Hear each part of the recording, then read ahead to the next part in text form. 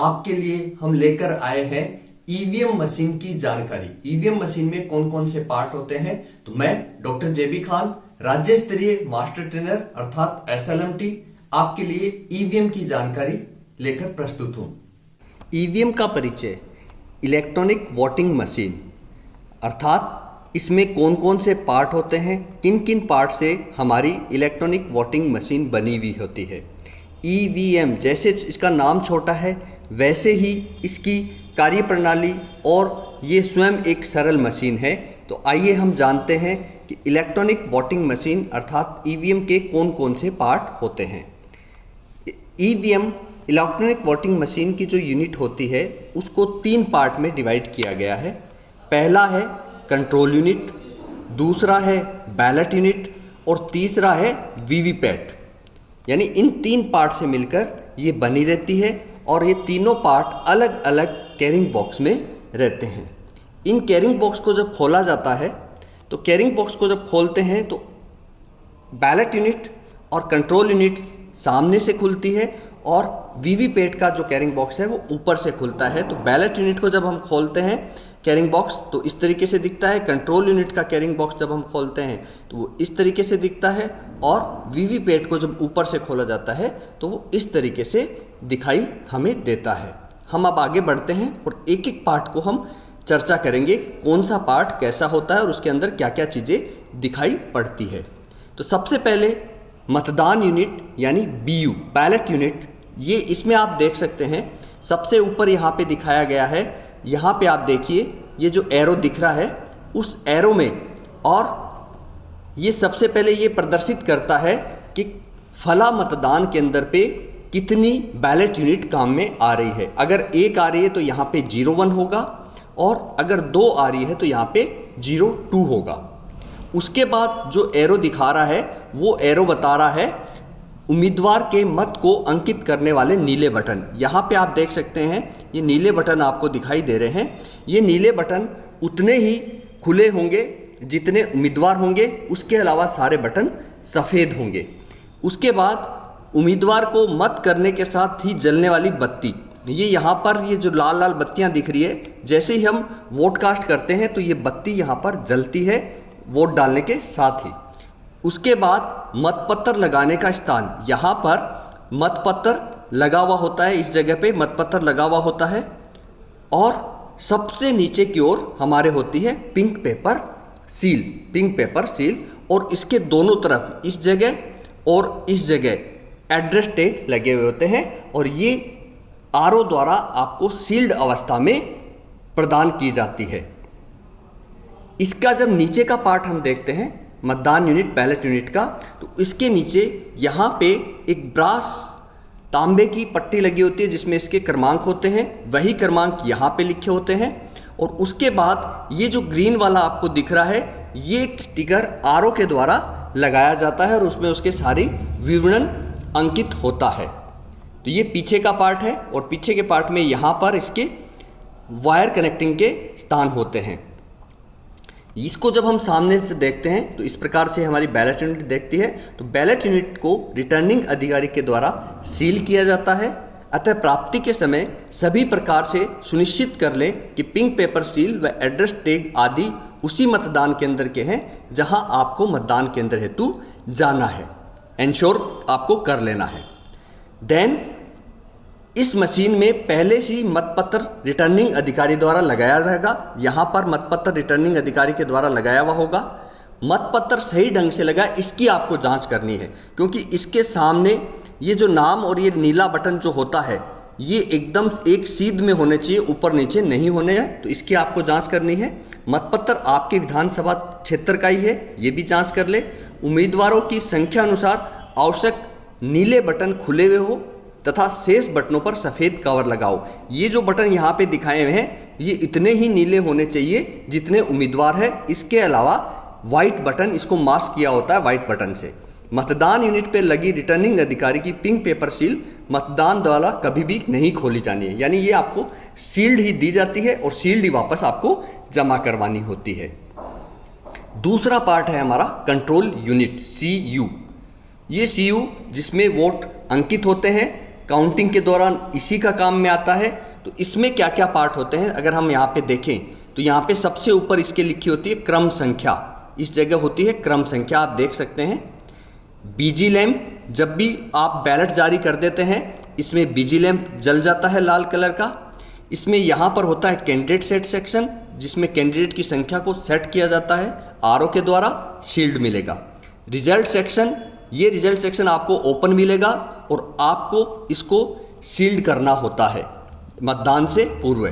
ये ballot button है, जब भी कोई वोट डालने आता है तो पीआरओ के द्वारा या मतदान अधिकारी के द्वारा इसको जारी किया जाता है और मतदाता अपना वोट डाल सकता है।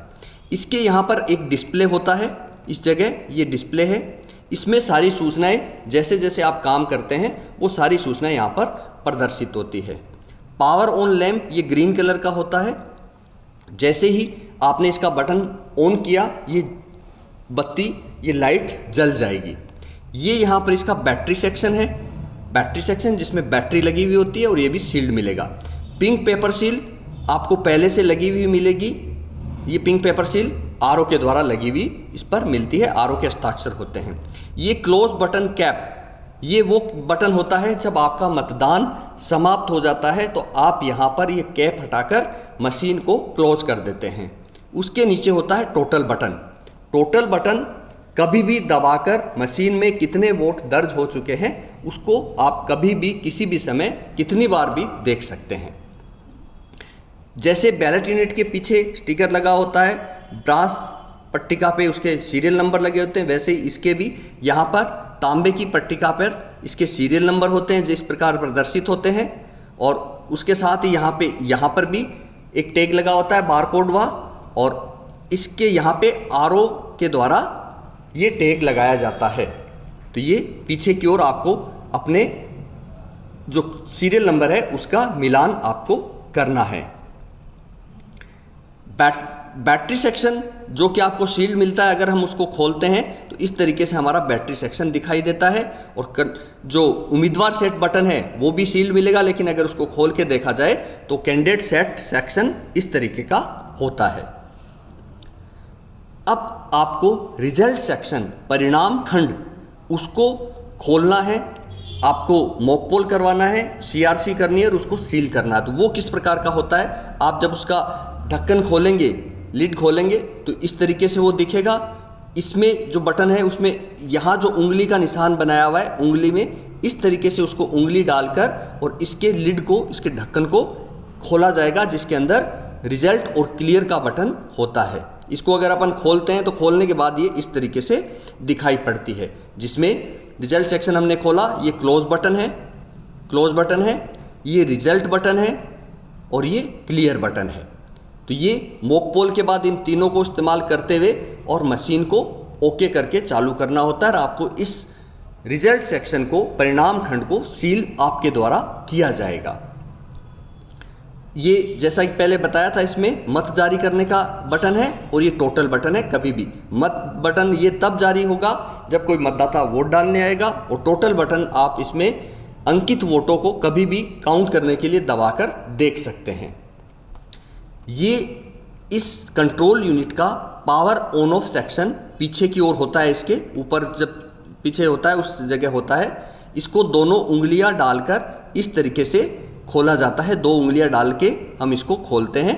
और जब इसको खोलते हैं तो इसमें दो चीज़ आपको दिखाई देती है, एक तो इसका ऑन ऑफ का स्विच है ये, और दूसरा इसमें जो लीड लगाने की स्थान है। इसमें आजकल एक बहुत अच्छा काम कर दिया है, इसमें लाल और काला, पहले जब लीड लगाते थे तो गलत घुसाने की वजह से लीड खराब हो जाती थी, लेकिन इसमें लाल और काला निशान पहले से ही अंकित है। जो लीड होगी उसमें भी लाल और काला होगा, लाल को लाल से और काले को काले से मिलाकर लीड को जोड़ देना है।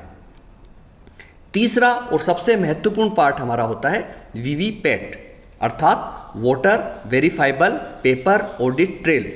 ये वो पार्ट है इस ईवीएम का जिसमें जो मतदाता वोट डालने आया है वह मतदाता अपना वोट किसे डला, किसे गया, उसको देख सकता है, जो कि 7 सेकंड तक उसको प्रदर्शित रहता है। ये उसका कैरिंग बैक बॉक्स है और जब उसको ऊपर से खोलते हैं तो इस प्रकार से ये मशीन हमें दिखाई देती है।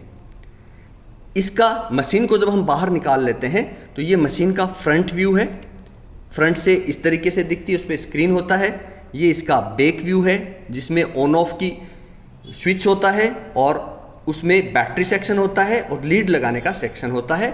साइड व्यू में यहाँ पे ड्रॉप बॉक्स होता है जिसमें जो वोट अंकित होता है वो ड्रॉप बॉक्स में कट के पर्ची गिरती है। इसको वीवीपैट का पिछला भाग है, उसको खोलने का तरीका दोनों अंगूठों से इसको यहाँ से दबाया जाता है और फिर इस उंगली से, मध्यमा उंगली से इसको नोब को ऊंचा करके ये पीछे का बैटरी सेक्शन और इसका लीड सेक्शन खुल जाता है। एक यहाँ पर पेपर रोल का लॉक होता है जो यहाँ पे अंकित है, काले रंग का होता है। इसका बहुत महत्वपूर्ण भाग है। जब हम ट्रांसपोर्ट में जाते हैं, अपने मतदान के अंदर की ओर जाते हैं, तो ये हमेशा हॉरिजॉन्टल होना चाहिए, यानी लॉक पोजीशन में होना चाहिए। और जब हम इसको काम में लेंगे तो ये ऑन पोजीशन में, अनलॉक पोजीशन में होना चाहिए। अक्सर शिकायतें आती है कि हमारी वीवीपैट काम नहीं कर रही है, तो वो ये गलती करते हैं, इसको अनलॉक नहीं करते हैं। तो अनलॉक पोजीशन और लॉक पोजीशन आपको इसका ध्यान रखना है। वीवीपैट के प्रिंटर रोल को अनलॉक करना, ये जो अनलॉक अभी मैंने बताया, आरओ से आपको वीवीपैट के पीछे पेपर रोल का लॉक करने का नॉब हॉरिजॉन्टल अवस्था में मिलेगा।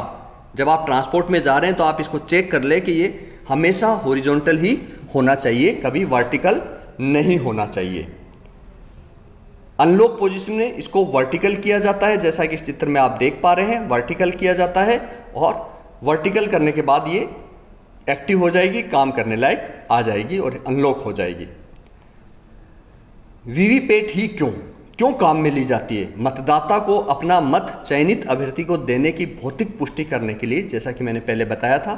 वीवीपैट में क्या क्या होते हैं? वीवीपैट की मेन यूनिट होती है, बैटरी पैक होता है, पेपर रोल होता है और कैरिंग केस होता है। ये इसके पार्ट होते हैं। इसमें 5 मीटर लंबी इंटरकनेक्टिंग केबल लगी होती है जो सीयू से जोड़ी जाती है। इसके 4 मेन पार्ट होते हैं। पेपर रोल कंपार्टमेंट, इस भाग में एक प्रिंटर होता है जो कि सेंसर युक्त होकर बिना किसी स्याही व कार्टिलेज के मत स्लिप प्रिंट करता है। इसके लिए विशेष प्रकार के थर्मल पेपर का प्रयोग होता है। एक पेपर में एक रोल से 1500 वोट की स्लिप निकल सकती है। ये बात विशेष तौर पे ध्यान देने लायक है कि इसमें एक बार से 1500 वोटों से ज़्यादा की स्लिप नहीं निकाली जा सकती। इसलिए ये वही काम में आती है जहां वोट 1500 से कम होते हैं। यह कंपार्टमेंट आरओ स्तर पे सील किया हुआ मिलेगा, यानी जो ऊपर पेपर रोल जहां पे लगता है वो सील किया हुआ मिलेगा और इसकी एड्रेस स्लिप की आपको जांच कर लेनी है। इसी भाग में मत स्लिप मत अंकन के उपरांत 7 सेकंड तक दिखाई देती है। जब कोई मतदाता वोट डाल देता है तो केवल 7 सेकंड तक वो स्लिप उसको दिखाई देती है, उसके बाद कटकर ड्रॉप बॉक्स में गिर जाती है। तो ये भी आपको, और जैसे ही कटेगी आपको एक बीप की आवाज सुनाई देती है। इस मशीन को सीधे धूप या तेज रोशनी वाले बल्ब हैलोजन के संपर्क में नहीं लाना है। ये विशेष ध्यान रखना आपको, क्योंकि इससे मशीन के सेंसर जो है वो खराब होने की संभावना रहती है। बैलेट स्लिप कंपार्टमेंट, जहां पे प्रिंट वोट कट के गिरता है, यह इस मशीन का प्रिंटेड बैलेट स्लिप का स्टोर करता है। इसमें भी 1500 बैलेट स्लिप स्टोर की जा सकती है। इस कंपार्टमेंट को खोलने के लिए साइड में एक गेट होता है, जैसा कि मैंने पीछे बताया था, जिसे मॉक पोल के बाद और वास्तविक मतदान के समय एड्रेस टैग लगा के सील कर दिया जाता है।